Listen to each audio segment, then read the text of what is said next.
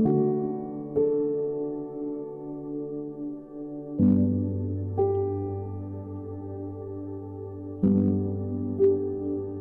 morning, isang mapagpalang umaga po sa ating lahat and welcome to our bread and breakfast.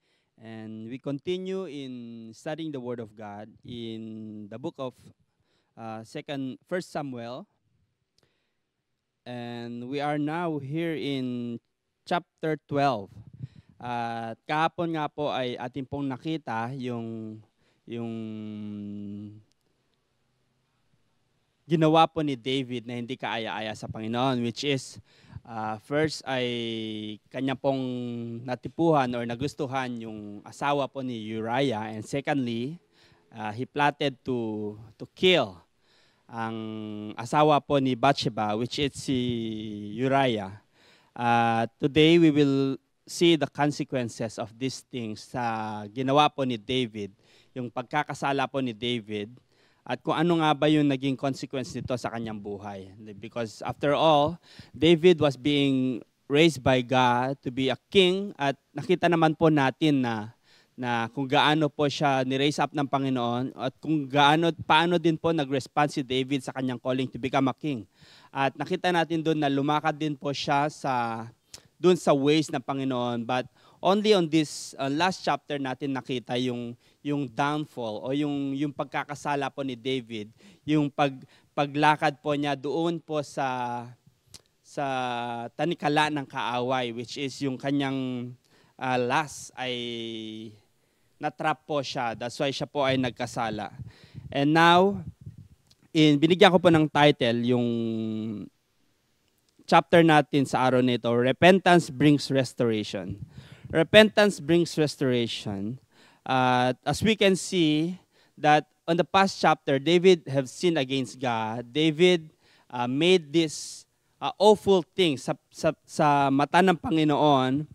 And today here in the first verse, ang sabi po dito, the Lord sent Nathan to David. When he came to him, he said, there were two men in a certain town, one rich and the other poor. The rich man had a very large number of sheep and a cattle, but the poor man had nothing except the little one, evil lamb he had bought. He raised it and grew it up with him and his children. It shared his food, drank from his cup, and even slept in his arms. It was like a daughter to him. So kung atin po makikita dito po sa verse 1 to 3, ay the Lord sent Nathan to David. Why? Bakit po sinend po ng Panginoon si Nathan? It is to rebuke actually David. So our first point is that God rebukes those who despise His word. Nakita naman na po natin yung ginawa po ni David sa last chapter, which is he despised the word of God and he sinned against God. Bakit nga ba sinasabi kong he despised the word of God? Kung atin pong titingnan yung ginawa po ni David, is, of course, it is against the Word of God. At kung titingnan po natin po sa Ten Commandments, marami pong na-commit itong si David. Right? Doon po sa ginawa po niya last chapter, ang sabi po doon, sa commandment po is, thou shalt not covet. Right? Pero ang ginawa po niya, he coveted the wife of Uriah. So, thou shalt not kill. But he killed the husband of Bathsheba, which is Uriah. Thou shalt not steal, but he stole the wife of Uriah, and thou shalt not commit adultery. At kung atin po titingnan, these are the words of God, and these are the commandment of God. But doon po sa pagkakasala po ni David, when he committed these things, David sinned against God, and the relationship of David to God was being broken. Right? Pag tayo po nagkasala po tayo sa Panginoon, yung relationship po natin sa Panginoon is being broken. Nasisira po yung relationship po natin sa Panginoon. That's why in the very first verse of this chapter, God sent Nathan to David to actually rebuke David. At dito po, sinabi po ni Nathan kay David, it's like he is telling a story, right? Pagkadating po niya to, sinabi niya kaagad kay David that there was these two men, a certain man, a rich man in poor man and a rich man had a very large number of sheep. Marami po siyang ari-arian. Because he is rich, marami po siyang mga possessions. But this poor man, ang sabi po dito, he had nothing except for a one little ewe lamb he had bought. Right? Meron lamang po siyang iisang lamb. And he raised it, and he grew it up with him and his children. At itong lamb na ito, kung titinan po natin, is very precious. Why? Kasi kasama na po siyang lumaki yung mga anak niya. Kasama nang lumaki ng anak niya yung lamb na ito. And even they sleep with it in his arms, and it was like a daughter to him. Ganito po, kinento po ni Nathan, yung kung gaano po ka-dearly yung lamb, or yung lamb na meron po itong poor man. Kung gaano po kamahal nung poor man, yung lamb na iisa na meron siya. Now in verse 4, now a traveler came to the rich man, but the rich man refrained from taking one of his own sheep or cattle to prepare a meal for the traveler who had come to him. So instead, ang sabi po dito, so instead he took the ewe lamb that belonged to the poor man and prepared it for the one who had come to him. So you see how this rich man, kung gaano po ka-greedy itong rich man, which is, sabi po dito, this rich man has a very large number of sheep and cattle. Ngunit nung meron pong dumating na traveler, and of course, he also wants to give courtesy dito po sa traveler, imbes na kumuha po siya doon po sa napakarami po niyang lamb, sheep and kettles, ang ginawa po niya ay pumunta po siya doon sa kapitbahay. Nakita niya yung poor man's lamb at ito po yung kanyang kinuha at ito yung kanyang ipinakain at inahanda doon sa traveler. At nung narinig po ni David itong kwento, itong story na to, ang sabi po dito, David burned with anger against the man and said to Nathan, as surely as the Lord lives, the man who did this must die. Okay? He must pay for that lamb 4 times over because he did such a thing and had no pity. You see, alam po ni David, kasi nakita po niya kung gaano po kamahal nung poor man yung lamb na ito. Tapos kinuha lang basta-basta nung rich man. Right? Because this rich man might be powerful, right? Kaya niyang kunin. He has the power to take yung nag-iisang lamb na ito. Kaya po nagalit po si David. At ang sabi po niya, out of his anger, ang sabi po niya, as surely as the Lord lives, the man who did this must die. Right? And then, in verse 7, ano po yung sinabi po ni Nathan? Then Nathan said to David, you are the man. Right? You are the man. Ito po yung sinabi po ni David. And this is what the Lord wants to bring to David. Yung message niya po kay David. That this is what the Lord, the God of Israel says, I anointed you king over Israel, and I delivered you from the hand of Saul. I gave you your master's house to you, and your master's wives into your arms. I gave you all Israel and Judah, and if all this had been too little, I would have been given you even more.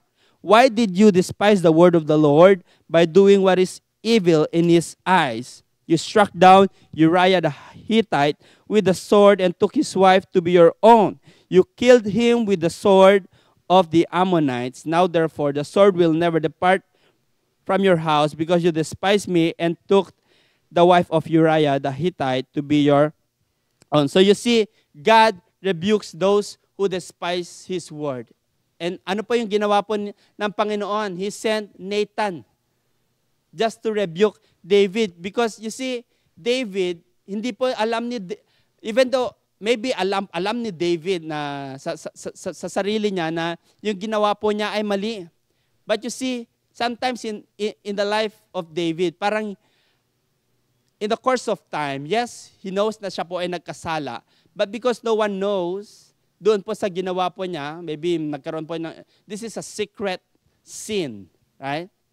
Na ginawa po niya, maybe si Joab lang ang nakakaalam. But because of that, hindi po niya inadmit or hindi po siya nag-confess sa Panginoon. But God, because He knows that David is walking doon po sa being despising His word, not doing His will, God now rebukes David. At ganito po niya din-rebuke po si David. He sent people to rebuke him. Right? Ganito po mag-rebuke ang Panginoon. Sometimes, He Himself will come, He will go, but sometimes God sends people. Nagsisend po ng Panginoon ng tao to rebuke David. And same thing po sa ating mga buhay. Right? Minsan sa buhay po natin, there are people who speak to us. And sometimes sila po yung nagpapaalala na tayo po ay nagkasala, na tayo po ay nakagawa ng mali sa Panginoon. Sometimes these are the doing of God. God sends people. Pero minsan, paano po ba tayo mag-react pag tayo po ay napagsabihan, tayo po ay, alam mo yun, na-correct. Minsan tayo po ay nagre-retaliate, tayo po ay nagagalit, tayo po ay nagtatampo. But this is God. God sent His people. Nagpapadala po ng Panginoon ng mga tao po niya. Sometimes He will use your friend, or sometimes He will even use your enemy, your pastor, your cell leader. Kahit sino po ay pwedeng gamitin ng Panginoon just to tell us that we have sinned. Right? Just to tell us na meron po tayong nagawang mali at meron pong nais ipagawa ang Panginoon po sa atin. So you see, ang sabi po dito, you are the man. Nagulat siguro. If I were David, right? Parang magugulat ako kasi very, alam mo yun, sobrang nagalit pa nga si David. Sino ba naman tong taong to? Right? Nagalit pa kung ang dapat dito sa taong to ay mamatay. Right? Ganito pa si David. Right? Very righteous. Napaka-righteous po ni David kasi alam niya. Alam po niya na mali yung ginawa po nung rich man. Very self-righteous itong si David. Right? But you see, sabi po ng Panginoon, David, it was you. David, it was you. You are this man you are the rich man who took the evil lamb from the poor man, right? And it is Uriah. Si Uriah po yung poor man na yung lamb it's Bathsheba na kinuha po ni David. Very dear. And if makikita po natin si Uriah, he is, I believe, hindi man po masyadong pakita kung anong klaseng tao si Uriah. But I believe he is a great man. Siya po ang tao na may prinsipyo because, you know, that is a time of war. At marami pong gustong ipagawa si David sa kanya, umuwi ka, right? But you see, itong si Uriah, ay alam niya po yung service po niya, alam niya po yung obligation niya as a kasama po dun sa army because that is a time of war. Kaya po siya, kahit pinapauwi po siya ni David, he still remains doon po sa commander po niya. Kasi alam niya na anytime there will be war. And I know that this man is a loving man kasi very responsible itong si Uriah. Doon pa lamang po sa pagiging army niya, then how much more to be a responsible man doon po sa kanyang asawa. That's why itong si Bathsheba and Uriah, I know that he dearly loves itong kanyang asawa na si Bathsheba. But David took it from him. Okay? Ninakaw po ni David. That's why God rebukes David. Because hindi na po ito tama sa paningin ng Panginoon. Hindi na po ito tama sa yung ginagawa po ni David. That's why God rebukes David. At kung paano po niya ni-rebuke, He sends people to rebuke him. Right? Buruin po natin, Nathan. Sino ba si Nathan? Right? Nakakausapin niya ang isang hari. He is a very great king, which is, ang gagawin mo is you need to rebuke yung hari. Right? But this is God. He will send sino man. Right? Kayang gamitin ng Panginoon. He even might use animals, right? Just to rebuke you. Pero minsan pag tayo po ay nare-rebuke, paano po ba tayo mag-react? Sabi ko nga kanina, sometimes tayo po ay naggagalit, nagre-retaliate tayo, we rebel against these people na nagre-rebuke po sa atin. Sometimes we even rebuke sa Panginoon. When God rebukes us, right? Lord naman, right? Parang pag ang Panginoon kumilos, ni-rebuke po tayo, right? Minsan, this is the cause of backsliding. Bakit maraming mga tao nagba-backslide? It is because when they experience, right, yung pag-rebuke ng Panginoon sa kanilang buhay, hindi po nila makayanan. And they choose to go away. They choose to left. And you see, because of the sin na ginawa po ni David, nagkaroon po ng mga consequences. Right? Ang sabi po ng Panginoon dito in verse 10, "Now therefore the sword will never depart from your house." Because of the sin na in-instruct niya itong si Uriah ng sword ng mga Ammonites, ang sabi ng Panginoon, "The sword will never depart from your house." That's why si David, buong buhay po niya, nandoon po siya sa gera. Doon po sa buong journey po ni David to become a king, he always have war dito, war doon, and even in his house, there is war. Sa loob po ng kanyang pamilya, there is war. And this is the consequences ng sin ni David, because God really wants to rebuke David. God really wants to tell to David na nagkamali siya. Right? That's why these are the consequences of his sins. And this is what the Lord says, "Out of your own household, I am going to bring calamity on you. Before your very eyes, I will take your wives and give them to one who is close to you, and he will sleep with your wives in broad daylight. He who did it in secret, but I will do this thing in broad daylight before all Israel." So these are the consequences na na-receive po ni David. Why? Because of just one thing, right? Because of the lust of the eyes. Because of this lust of the eyes. Kasi that time, on the last chapter, supposed to be, nandun po si David sa gera. But David, nawala po siya doon sa presensya ng Panginoon. At siya po ay nagmasid-masid, and he enjoyed the lust of his eyes. At siya po ay nahulog doon po sa trap ng kaaway. That's why David received the rebuke of God. And ang sabi po ng Panginoon, I'll be going and bringing you calamities in your own household. Even sa kanyang family, dito magkakaroon ng mga gera. Right? Calamities, sabi po dito. Right? Minsan sa buhay po natin, there are things na we do in secrets, right? Pero ano ang sabi po ng Panginoon dito? "But I will do this thing in broad daylight before all Israel." So, in our lives, maybe meron din po tayo, maybe we are like David, na meron din po tayong mga kasalanan na nagawa. We never dared to confess it to God because tayo lamang yung nakakaalam, walang iba, right? Tayo lamang ang nakakaalam ng mga ginagawa po natin. That's why we never made it to confess to God. God wanna speak to us sa araw nito. And this word, very timely because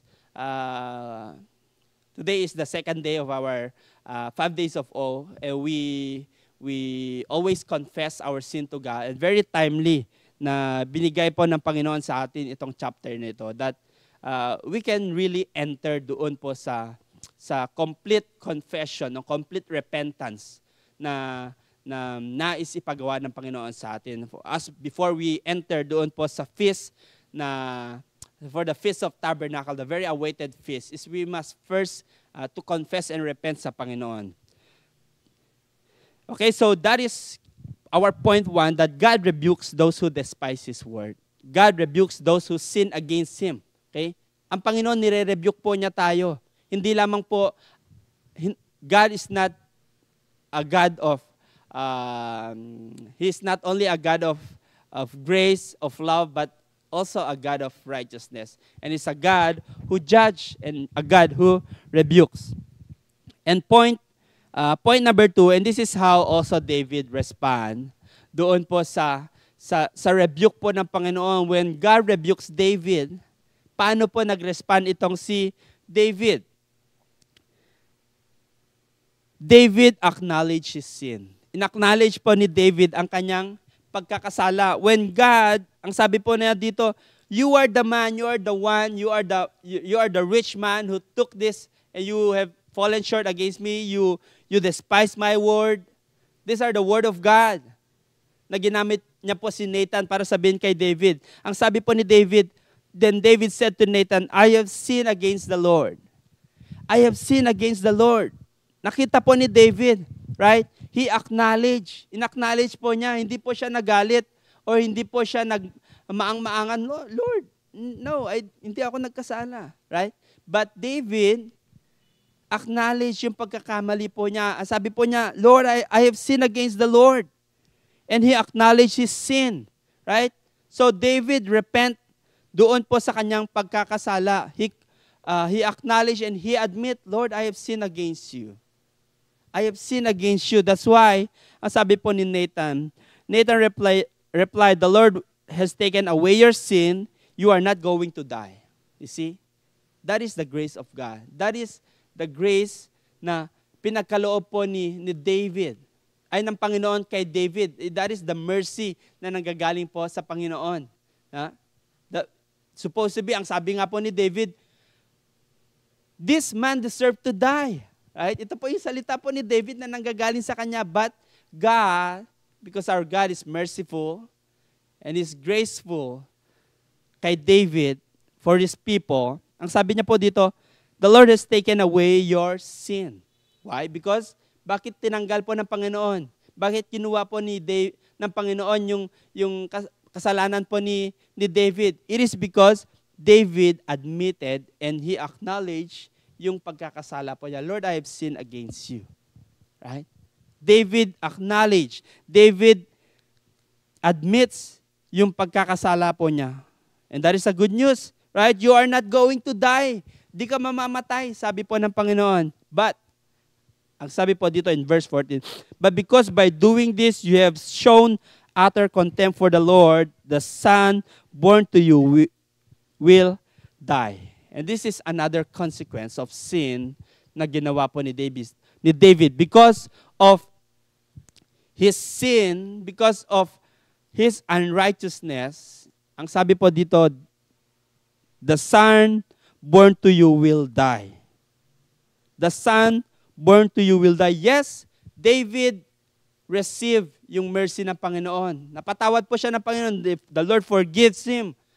He takes away his sin. But, bakit nga ba hinayaan ng Panginoon na yung consequence ng pagkakasala po ni David ay ma-experience pa rin po ni David? Here, second thing na ginawa po ni David after he acknowledged that he has sinned, after God rebukes him, after God told him that he has sinned, second thing na ginawa po ni David is that David prayed and fast. So after Nathan had gone home, the Lord struck the child that Uriah's wife had come to David, and he became ill. David pleaded with God for the child. He fasted and spent the night lying in sackcloth on the ground. So yung makikita po natin, because of the sin David had done sa Panginoon, dahil po sa mga ginawa po ni David, David pleaded with God because alam po niya na mamamatay po yung anak po niya, and he pleaded and he fasted and spent nights lying sackcloth on the ground. And this is how David repent doon po sa kasalanan po niya. He right? He repented to God. Sabi po dito, he spent the nights lying in sackcloth on the ground. So the elders of his household stood beside him to get him up from the ground, but he refused, and he would not eat any food with them. So you see, David, when God rebuked him, right? When God rebuked David, David did not choose to rebel against God. David did not choose yung faith po niya, but ano po yung ginawa ni David? David acknowledged and he prayed and he pleaded with God. He repented doon po sa kanyang mga pagkakasala. At ito po yung naging kaibahan po ni David sa mga naging ibang kings na meron po ang Israel. When other kings of Israel, pag sila po ay nagkasala po sa Panginoon, they never repented. Right? Pag sila po ay nirebuke ng Panginoon, they never repented. Or yung iba, ay they just accept their fate. They would just accept siguro yung mga ipapataw ng Panginoon sa kanila na judges, na judgment.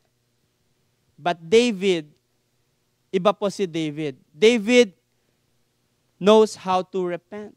David knows to humble his life. Hinumble po ng Panginoon si David, and David really humbled himself. He wears sackcloth. Hinubad niya po yung pagiging hari po niya, right? Because a king needs to wear always yung panghari na damit. But here, ang sabi po dito, he fasted and spent the nights lying on sackcloth on the ground. Sackcloth lamang po yung damit po ni David. And David pleaded with God. So in verse 18, ang sabi po dito, after he pleaded sa Panginoon, because this is David, malapit po siya sa puso ng Panginoon. So after, in verse 18, on the seventh day, the child died.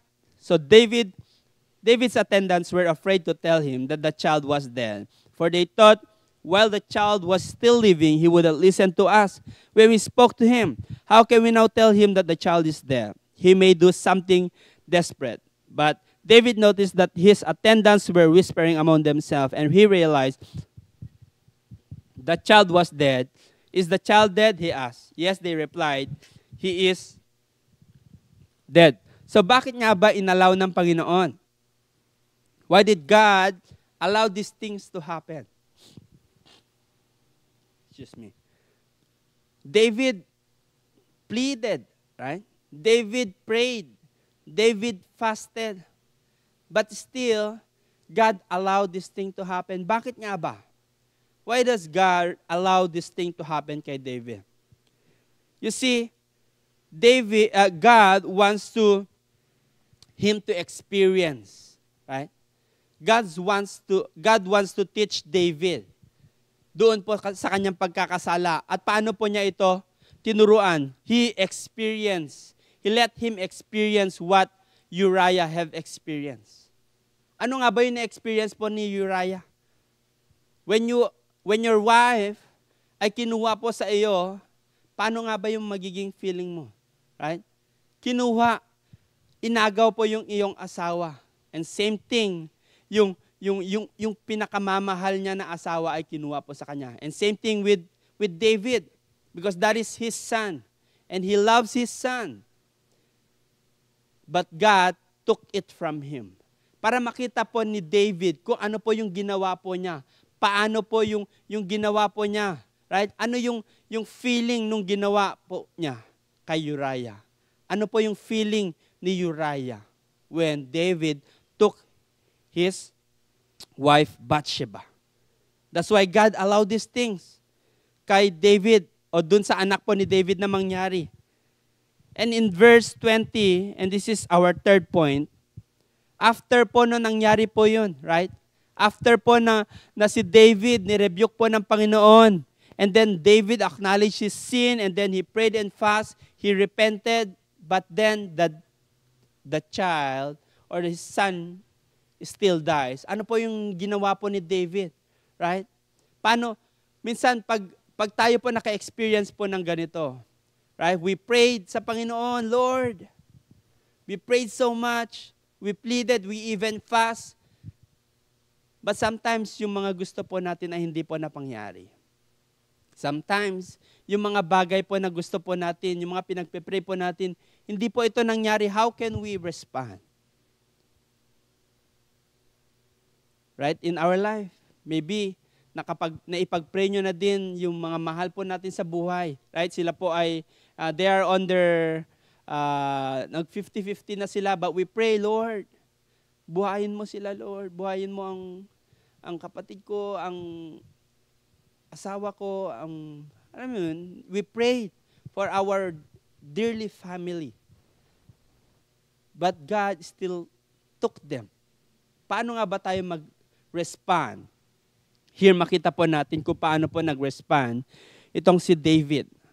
In verse 20, then David got up from the ground after he had washed, put on lotions and changed his clothes, he went into the house of the Lord and worshiped.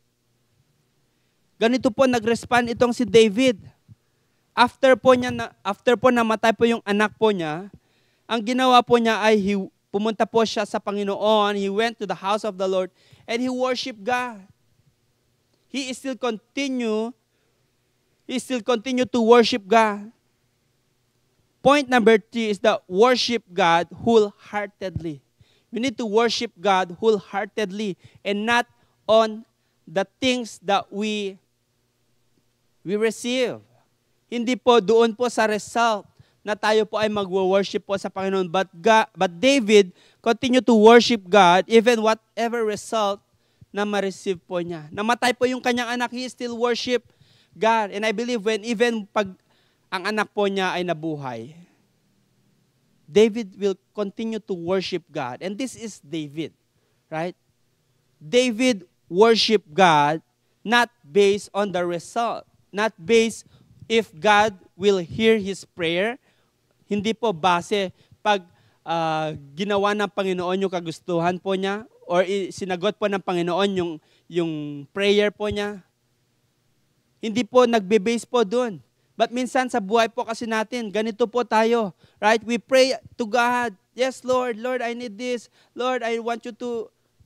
Pag hindi po tayo binigyan ng Panginoon, hindi po inaprubahan ng Panginoon, sometimes nagagalit po tayo. Right? Minsan nagre-retaliate po tayo. We go against God. Lord, hindi ka naman totoo. Right? Sabi ko, buhayin mo, pero kinuha mo pa rin. And sometimes ganito po tayo. But you see, David continued to worship God. And this is how God wants us to really respond on our time today. Yes, there might be times that God, feeling lang po natin talaga to. Feeling po natin na hindi po tayo sinasagot ng Panginoon. Feeling po natin na parang ang harsh ng Panginoon po sa atin. But what is God telling to us today? It is for us to have this kind of heart, like David, who has the heart to continually, wholeheartedly worship God, whatever things that you experience or situation na meron po tayo. But we continue to worship God. Continue to give glory sa Panginoon. Huwag po tayo mag-retaliate, huwag po tayong, alam mo yun, we go against doon po sa will ng Panginoon po sa buhay po natin. Just because hindi po natin na-receive yung mga bagay na ninais po natin. Amen? We must be like David, who have the heart to worship God, na anuman po yung sitwasyon po niya, namatayan po siya, right? Namatay po yung kanyang anak, but alam mo yun, David continued to worship. Why? It is because David knows God. Alam po niya na kung ano po yung will ng Panginoon. Why did God allow these things? Why did God made him suffer? Why did God rebuke him? Because he knows the heart of God. That's why David, hindi po siya maintindihan ng kanyang mga attendants. Right? Ang sabi po dito in verse 21, his attendants asked him, why are you acting this way? Right? Parang alam mo yung kasi he experienced suffering, he experienced loss. But David, alam mo yun, nandun pa rin na nag-worship pa rin siya sa Panginoon. But this is David. Ang sabi po dito, why are you acting like this way? While the child was alive, you fasted and wept. But now that the child was dead, you get up and eat. Because David, at that time, nabuhay pa po yung kanyang anak, nandun pa rin po yung faith po niya. Right? Nandun pa rin po yung pag-asa niya, yung hope niya, Lord, heal my son, buhayin mo siya. Pero nung namatay po ito, namatay po yung anak po niya, David, hindi po siya nag-retaliate. But, ano po yung ginawa po ni David? He rose, and then sabi po doon, he ate. Doon po na kumain na po siya. Kasi nung time, nabuhay po yung anak po niya, hindi po siya kumakain. Pero ngayon napatay na supposed to be parang kung if you come to see it in a worldly view, right? Pag tayo po yung namatayan, parang hindi po tayo makakain, right? Right? Hindi po tayo makakain, wala tayong gana. But you see, David, baliktad. Nung buhay pa po yung anak po niya, doon po siya nag-fast. Right? He did not eat. Why? Because he want to plead for the life of his son. But when his son died,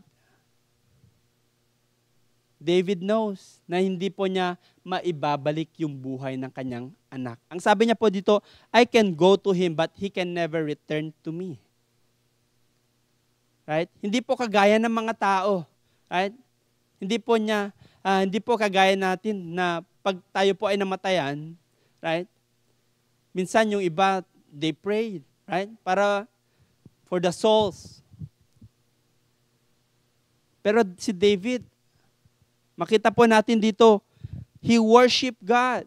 After po nung nangyari, he still worship God. Hindi po siya nagbukmok, hindi po siya nawalan po ng faith, hindi po siya, alam po yun, David continues to worship God and he continued to hold on doon po sa faith na meron po siya. Nabigo man siya na maibalik po yung buhay or mabuhay yung anak niya, but he still continue to hold on unto God.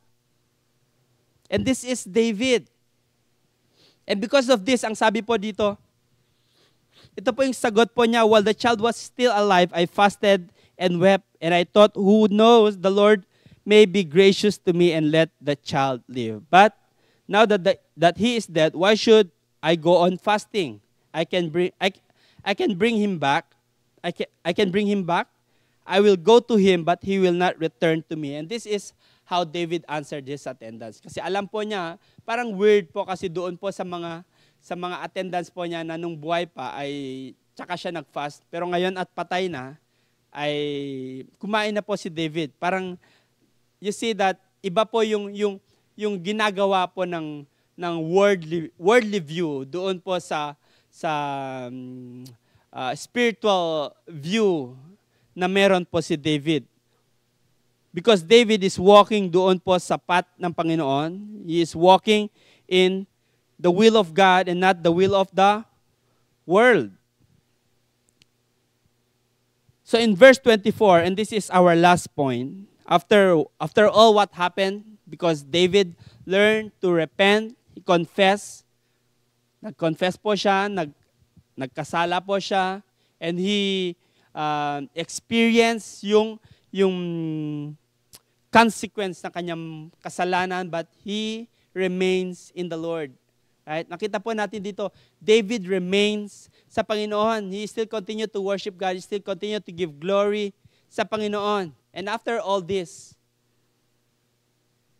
because of his repentant heart, because David has this repentant heart, the Lord reinstated David. Ang sabi po dito, then David comforted his wife Bathsheba, and he went to her and made love to her. She gave birth to a son and named him Solomon. The Lord loved him, and because the Lord loved him, he sent word to Nathan the prophet, to name him Jedidiah. You see, kung paano po na-restore yung relationship po ni David sa Panginoon. It is because David learned to repent his sin to God. He learns to confess his sin. Right? I've sinned against the Lord. And because of this, David, nagkaroon po siya ng anak. At sabi po dito, the Lord loved him. Pero ang sabi po dito, di ba, but in verse 14, balikan lamang po natin, but because by doing this you have shown utter contempt for the Lord, the son born to you will die. But because of the restoration of the relationship of God and David, nagkaroon po ng anak itong si Bathsheba. And then, sabi po dito, the Lord loved this son, this Solomon. Right? I know na we all know Solomon, kung paano po siya, gaano siya kaamal ng Panginoon. But you see, this is because David learns to repent sa kanyang pagkakasala. David learns to confess, David learns to admit, David learns to acknowledge his sin sa Panginoon. And this is how repentance can bring restoration po sa buhay po natin. This is how repentance can bring yung mabuo, yung relationship natin. Because when we sin against God, our relationship to God is being broken. When we sin against, even na lamang po sa ating mga kasamahan, or even to our husband and wife, pag tayo po nagkasala sa ating mga asawa, right? Minsan yung relationship po natin, meron pong gap. Right? Alam mo yun, na pag natutulog na kayo, hindi kayo mag-uusap. Right? Matutulog kayo, pero may space dito sa tabi nyo. Right? This is how sin works. But how does repentant work? When we repent, doon po sa pagkakasala po natin, we admit that we have flaws, we admit that we have fallen short sa ating mga misis, sa ating mga mister, or to anyone na nagawan po natin ng kasalanan. There is always a forgiveness and there is always restoration. Amen? Same thing sa Panginoon. When we learn to confess our sin to God, when we learn to admit to God that we have sinned, the Lord is willing to restore His relationship to us. Amen? And God will take away our sins. Ano nga ba itong nagiging gap po sa atin ng Panginoon? It is the sin that broke our relationship. And God will take it away and restore our relationship to Him. And this is how repentance can bring restoration in our life. Not only our relationship to God, but of course, even the restoration in our life. Because without God in our life, when we do not restore God, our relationship to God sa buhay po natin, life will be messy. Life will be difficult. But with God, when we have a perfect relationship sa Panginoon, we have a deeper relationship, deeper connection sa Panginoon, God will always be there for us. God will always be there to help us, anuman sitwasyon na meron po tayo. Amen? So that is our morning devotion for today, which is to repent.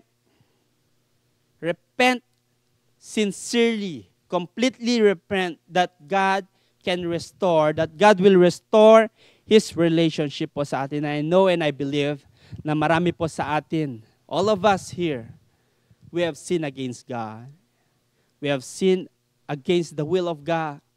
And this sin na meron po tayo, it blocks us to have this relationship po sa Panginoon. These are the things that breaks our relationship sa Panginoon. So today, let us just come unto the presence of the Lord and reflect. Let us be like David. Maybe God did not send people to rebuke you, but today God is speaking to you. God is speaking to us, and He wants us to see the things that we've done, that we despise His word, that we are going against His will. Hallelujah, hallelujah. Let us come and reflect. Father, may you look into our hearts, Lord, and may you open our minds that we could really see, Lord, what are the things that you want us to confess. You want us, Lord, to repent. Hallelujah, hallelujah, Jesus. God, we want to come into your presence, Lord. And I just want to ask for forgiveness, Lord, for I have sinned against you. I have sinned against you, O Father. For in my life, Lord,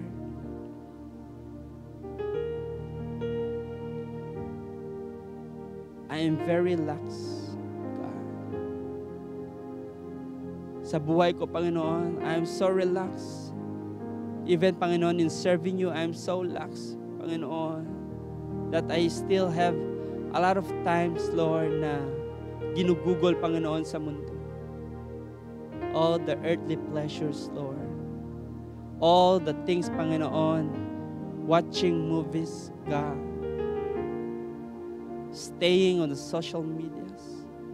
Playing mobile games. Father, may you forgive me. Forgive me, Panginoon, for not having this serious heart to serve you. Forgive me, God, that I still love the pleasures of earth, the pleasures of the world. Patawarin mo ako, Panginoon. And I just pray, Lord, that may you continue to move in my life. Continue to speak to us. Hallelujah, hallelujah. Continue to speak, God, even to my brothers and sisters, Panginoon, sa araw na ito. Maybe some of them do not know, Panginoon, kung ano po yung nais po nilang i-repent. Maybe some of them, God, hindi po nila alam kung ano yung mga kasalanan na nais po nilang ihingi, Panginoon, ng tawad sa inyo. But today, God, Father, I pray that may your Spirit to come and visit them, God. And may you open their eyes that they could really see, Lord, what are the things that break us, Panginoon, that breaks our relationship unto you. And Father, we just ask for your Spirit to be with us as we repent. Repent. Let us all repent. Ihingi po natin ng kapatawaran sa Panginoon. Humingi po tayo ng tawad sa lahat po ng ating mga kasalanan. Hallelujah, hallelujah. Patawarin mo kami, Panginoon, sa aming mga pagkakasala. Sa mga nagagawa po namin in secrets man, Panginoon, or even in public. Father, I pray that may you forgive us. Forgive us, Panginoon, for despising your word, for not doing, Panginoon, your will sa buhay po namin, for going against your word. God, may you forgive us, Lord. We want to experience, Panginoon, your forgiveness. And Father, I pray that may you come and send, Panginoon, people, Lord, as you have done, Panginoon, sa buhay po ni David. You have sent people to rebuke us. But Father, I pray that as you rebuke us, Lord, may you always remember your mercy, God. Remember your grace, Panginoon, sa amin. As you rebuke us, Lord, do not let your wrath come into us. But you always remember your mercy, Father. Father, forgive us, and we confess, Lord, that we are sinners, that we sin against you, Panginoon, and we are not clean. But it was only you, Panginoon, who made us clean. Father, we thank you. We just pray for forgiveness, God, and the cleansing, Lord, of your blood to be upon us, God, that we, Panginoon, every day in our lives, on these 5 days, Panginoon, of awe, Father, I pray that may we continue to deeply confess our sin unto you, Panginoon, na mas lalo pa po namin makita yung mga pagkukulang po namin, yung mga ginagawa po namin in secrets. Lord, may you reveal it unto us, Father. Father, we thank you for the forgiveness, God, and even the restoration of our relationship unto you, God, restoration of our life, Father. Thank you, Lord, for your love, for your faithfulness. Thank you for your faithful love, Panginoon, who always dare to forgive us, Panginoon. Thank you, Lord, as you restore our relationship unto you, Panginoon. Dalangin namin, Panginoon, that may you continue to be with us, Lord. May your presence continue to dwell in each and every one of us na nakikinig sa araw na ito, Panginoon. Dalangin namin na ikaw ang siyang kumilos, Lord, na mag-guide po sa aming mga gagawin. Ikaw ang siyang mag-guide, mag-bless sa lahat ng aming mga gagawin, Panginoon, sa araw-araw. Father, we thank you. At ibinabalik na po namin, Panginoon, lahat ng papuri, lahat po ng pasasalamat, God. In the name of Jesus. And this is all we pray in Jesus' mighty name. Amen and amen. So yun lamang po, mga kapatid. Kita-kits po ulit tayo next week. And be updated po doon po sa mga schedules po natin. Today is the second day of our 5 days of awe.